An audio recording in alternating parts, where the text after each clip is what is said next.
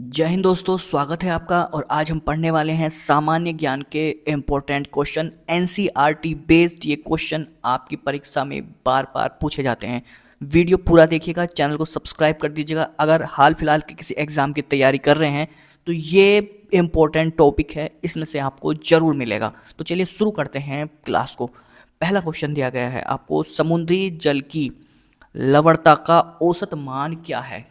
समुद्री जल की लवणता का औसत मान क्या है, सही आंसर आपको देना है। तो आपका सही आंसर दोस्तों विकल्प बी हो जाएगा 3.5%। महासागर में गहराई के साथ तापमान में क्या परिवर्तन होता है, सही आंसर आपको देना है। तो गहराई के साथ तापमान में क्या परिवर्तन होता है, आपका आंसर हो जाएगा विकल्प सी। विकल्प सी हो जाएगा, तापमान घटता है। दोस्तों वीडियो पसंद आए तो लाइक जरूर करिएगा। कितने क्वेश्चन आपने सही करे हैं प्लीज़ कमेंट बॉक्स में बताइएगा। और हाथ जोड़कर रिक्वेस्ट है, चैनल सब्सक्राइब जरूर कर दीजिएगा। महासागरों की सतह पर जल का तापमान किस क्षेत्र में सबसे अधिक होता है। दोस्तों सतह पर जल का तापमान किस क्षेत्र में सबसे अधिक है, सही आंसर आपको देना है। तो दोस्तों आपका सही आंसर विकल्प बी हो जाएगा, विषुवतीय क्षेत्र। विषुवतीय क्षेत्र सतह पर तापमान सबसे ज्यादा होता है। अगले क्वेश्चन की तरफ बढ़ते हैं दोस्तों। निम्नलिखित में से कौन सा महासागर यू आकार में यूरोप और अफ्रीका के बीच स्थित है, सही आंसर आपको देना है।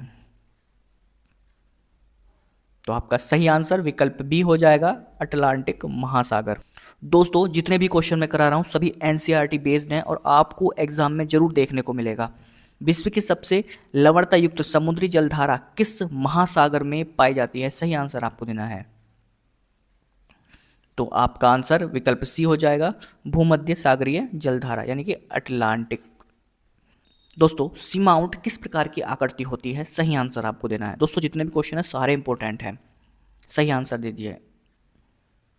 तो देखिए, सी माउंट समुद्र की सतह के नीचे स्थित ज्वालामुखीय पर्वत होते हैं जिनकी चोटी जल की सतह से ऊपर नहीं निकलती। तो ये होते हैं सी माउंट, ठीक है। अब क्वेश्चन है कि सी माउंट किस प्रकार की आकृति होती है, तो ये ज्वालामुखी पर्वत होते हैं। बी सही हो जाएगा। सबसे अधिक लवणता किस क्षेत्रीय समुद्र में पाई जाती है, सही आंसर आपको देना है। तो आपका सही आंसर विकल्प ए हो जाएगा, लाल सागर। लाल सागर में दोस्तों उच्च वाष्पीकरण तथा वर्षा की कमी के कारण लवणता सबसे अधिक होती है। समुद्र की लहरों को सबसे अधिक गति किस बल से प्राप्त होती है, सही आंसर आपको देना है। तो आपका सही आंसर विकल्प डी हो जाएगा, पवनों से। अपवाहन की प्रक्रिया से क्या लाभ होता है, सही आंसर आपको देना है। देखिए, अपवाहन में गहरे समुद्र का ठंडा और पोषक तत्वों से भरपूर जल सतह पर आता है जिससे मत्स्य उद्योग को लाभ होता है। तो सही आंसर आपका क्या बन जाएगा, विकल्प सी, पोषक तत्व ऊपर आते हैं। सही आंसर सी हो जाएगा। दोस्तों रिक्वेस्ट करूंगा चैनल को सब्सक्राइब करिएगा, कमेंट करिएगा। विश्व का सबसे गहरा महासागरीय गर्त कौन सा है, सही आंसर आपको देना है। तो आपका आंसर विकल्प बी हो जाएगा, मैरियाना। दोस्तों थर्मोहेलाइन संचलन किसके कारण होता है, सही आंसर आपको देना है। तो आपका आंसर विकल्प सी हो जाएगा, तापमान और लवणता का अंतर। थर्मोहेलाइन का अर्थ है ताप और लवणता। महासागर के संचलन मुख्यतः जल के घनत्व में इन दोनों के अंतर के कारण होता है। सी सही हो जाएगा। दोस्तों ज्वार का प्रमुख कारण क्या है, सही आंसर आपको देना है। तो आपका आंसर विकल्प बी हो जाएगा, चंद्रमा का गुरुत्व प्रभाव। सही आंसर बी हो जाएगा।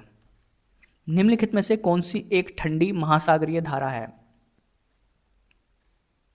तो आपका आंसर विकल्प बी हो जाएगा, किनारी धारा। किनारी धारा जो है वो एक ठंडी महासागरीय धारा है और किनारी धारा जो है वो अटलांटिक महासागर में उत्तर पश्चिम अफ्रीका के तट के पास स्थित है। सही आंसर बी हो जाएगा। दोस्तों रिक्वेस्ट करूंगा चैनल को सब्सक्राइब करके जाइएगा और कितने क्वेश्चन आपने सही करे अंत में कमेंट बॉक्स में जरूर बताइएगा। गायर्स का निर्माण किससे होता है, गायर्स का निर्माण किससे होता है, सही आंसर आपको देना है। तो आपका सही आंसर विकल्प सी हो जाएगा, महासागरीय जलधाराओं के वृत्ताकार प्रभाव से। सी सही हो जाएगा। सपाट शीर्ष वाले समुद्री पर्वतों को किस नाम से जाना जाता है? सपाट शीर्ष वाले समुद्री पर्वतों को किस नाम से जाना जाता है दोस्तों? सही आंसर देना है। तो आपका आंसर विकल्प भी हो जाएगा गुयाठ। महासागरीय गर्तों की सर्वाधिक संख्या किस महासागर में पाई जाती है? आपका सही आंसर क्या होगा? जवाब दीजिए। तो दोस्तों इंपॉर्टेंट क्वेश्चन, प्रशांत महासागर हो जाएगा इसका आंसर। संपूर्ण महासागरीय क्षेत्रफल के कितने प्रतिशत भाग पर महाद्वीपीय मग्न तट का विस्तार है? सही आंसर आपको देना है। तो दोस्तों आपका सही आंसर विकल्प सी 8.5%। पृथ्वी के किस गोलार्ध में समुद्री जलधाराएं दाहिने दिशा में मुड़ती हैं? सही आंसर आपको देना है। तो आपका आंसर विकल्प ए हो जाएगा, केवल उत्तरी गोलार्ध। डॉल्फिन चैलेंजर घटक स्थित है, कहाँ स्थित है? सही आंसर आपको देना है दोस्तों रिक्वेस्ट करूंगा प्लीज़ चैनल को सब्सक्राइब लाइक करिएगा। तो आपका आंसर ए हो जाएगा, अटलांटिक महासागर में। निम्नलिखित में से कौन सा महासागर सबसे कम लवणता वाला है? सही आंसर आपको देना है। तो आपका आंसर डी हो जाएगा, आर्कटिक महासागर। महासागरीय ज्वार की ऊंचाई को प्रभावित करने वाला सबसे प्रमुख खगोलीय कारण क्या है? सही आंसर दीजिए। तो दोस्तों आपका सही आंसर विकल्प भी हो जाएगा, चंद्रमा और पृथ्वी के बीच की दूरी। समुद्र की सतह के नीचे कौन सा स्थल रूप महाद्वीप के विस्तार के समान माना जाता है? सही आंसर आपको देना है। सारे क्वेश्चन इंपॉर्टेंट है दोस्तों, आप किसी भी एग्जाम में जा रहे हो तो क्वेश्चन आपको जरूर मिलेगा। समुद्र की सतह के नीचे कौन सा स्थल रूप महाद्वीपीय के विस्तार के समान माना जाता है? समुद्र की सतह के नीचे कौन सा स्थल रूप महाद्वीप के विस्तार के समान माना जाता है? आपका आंसर हो जाएगा विकल्प ए, महाद्वीपीय मग्न तट। महाद्वीपीय मग्न तट का सर्वाधिक विस्तार किस महासागर में पाया जाता है? तो महाद्वीपीय मग्न तट का जो विस्तार है वो सर्वाधिक पाया जाता है अटलांटिक महासागर में, भी सही हो जाएगा दोस्तों। न्यू फाउंडलैंड तट किसके मिलने से विश्व का प्रमुख मछली पकड़ क्षेत्र बन गया है? सही आंसर आपको देना है। तो आपका आंसर विकल्प ए हो जाएगा, गोल्फ स्ट्रीम और लेब्राडोर धाराएं मिलने से विश्व का प्रमुख मछली पकड़ क्षेत्र बन गया है न्यू फाउंडलैंड तट। विश्व में जलमग्न कैनियन की संख्या कितनी है? सही आंसर आपको देना है। तो दोस्तों आपका सही आंसर क्या होगा? सी हो जाएगा, मतलब 102। निम्न में से कौन सी महासागरीय जलधारा भूमध्य रेखा से दक्षिण में एक ठंडी जलधारा के रूप में बहती है? निम्नलिखित में से कौन सी महासागरीय जलधारा भूमध्य रेखा से दक्षिण में एक ठंडी जलधारा के रूप में बहती है? सही आंसर आपको देना है। तो आपका आंसर एक हो जाएगा, फॉकलैंड धारा। संसार के समस्त महासागरों में अब तक कितने महासागरीय गर्तों का पता चला है? सही आंसर आपको देना है दोस्तों। तो आपका आंसर डी हो जाएगा, संसार के समस्त महासागरों में अब तक 57 महासागरीय गर्तों का पता चला है। पृथ्वी का सबसे बड़ा महासागर कौन सा है दोस्तों? सही आंसर आपको देना है। तो दोस्तों सभी जानते हैं सही आंसर विकल्प सी हो जाएगा, प्रशांत महासागर।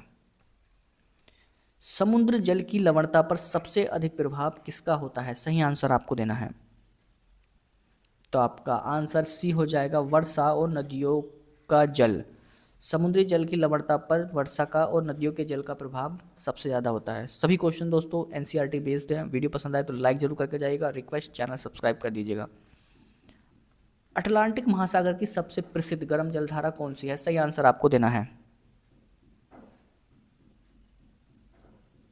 तो दोस्तों आपका आंसर बी हो जाएगा, गोल्फ स्ट्रीम। एल नीनो घटना का महासागरीय जल पर क्या प्रभाव होता है? सही आंसर आपको देना है। तो आपका आंसर ए हो जाएगा, जल अधिक गर्म हो जाता है। तो दोस्तों ये हमने 30 क्वेश्चन करे हैं और सभी क्वेश्चन इंपॉर्टेंट हैं, एनसीईआरटी बेस्ड है, इनके एग्जाम में आने के बहुत ज़्यादा चांस है। वीडियो पसंद आए तो वीडियो को लाइक करके जाइएगा, चैनल को सब्सक्राइब कर दीजिएगा। आपसे दिल से रिक्वेस्ट करूँगा। वीडियो देखने के लिए बहुत बहुत धन्यवाद।